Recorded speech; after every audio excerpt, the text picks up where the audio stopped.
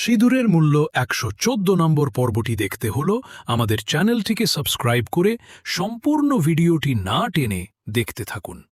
তো চলুন বন্ধুবা শুরু করা যাক। অনু একদিন অর্জুনকে একটি টপ দেখিয়ে বলে, এই টপটাই আমাদের সম্পর্ক টপের মাটি। সে নিজে সার তাদের চুক্তি আর গাছ তাদের ভালোবাসা। এই ভালোবাসার প্রতক বোঝাতে গিয়ে তার কণ্ঠে ভেসে ওঠে ভয়। আমি ভয় পাচ্ছি অর্জুন।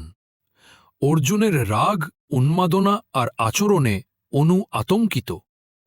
সে দুধভাবে বলে, আমি বেঁচে থাকা পর্যন্ত তোমার সঙ্গে যাব না। অথচ তার মনে একটাই প্রশ্ন, অর্জুনকে তার রাগের মধ্যে লুকানো উদ্বেগটুকু চোখের গহ্বরে জমে থাকা ভালোবাসাটা দেখতে পায়নি।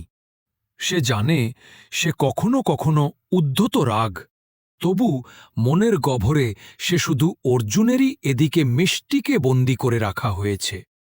আর সে ভয় আর আতঙ্কে সাহায্যের জন্য চিৎকার করছে। ওদিকে অর্জুন বুঝতে পারে কিছু একটা ভুল হচ্ছে, কিন্তু পরিবারের চাপে পড়ে সে অনুকে বিয়ের প্রস্তুতিতে বাধ্য হয়। ঠাকুমা চান অর্জুন অনুকে বিয়ে করুক, কিন্তু তার হৃদয় পড়ে থাকে মিশ্রি কাছেই অর্জুনের মা। তাকে বোঝান ব্যবসায় শর্ত চলে, কিন্তু ভালোবাসায় দরকার শুধু অনুভূতি। তিনি বলেন, ভালোবাসা বোঝাতে হয় নর্মতা। তখনই অর্জুন উপলব্ধি করে সে কখনো মিশ্রি ভালোবাসার কথা বলেনি, শুধু ধরে রেখেছিল। নিঃশব্দে বিয়ের আয়োজন শুরু হয়, চারদিকে আলো, গান, উৎসবের রং। কিন্তু অর্জুনের মনে আনন্দ নেই।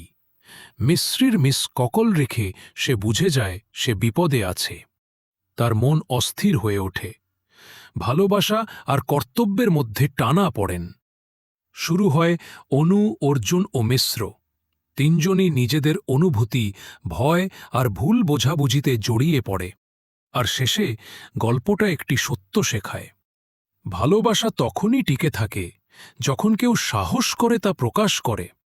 না বললে সে সম্পর্কের মতোই নিঃশব্দে শুকিয়ে যায়। তো বন্ধুরা, ভিডিওটি কেমন লাগলো কমেন্ট করে জানিয়ে দিন।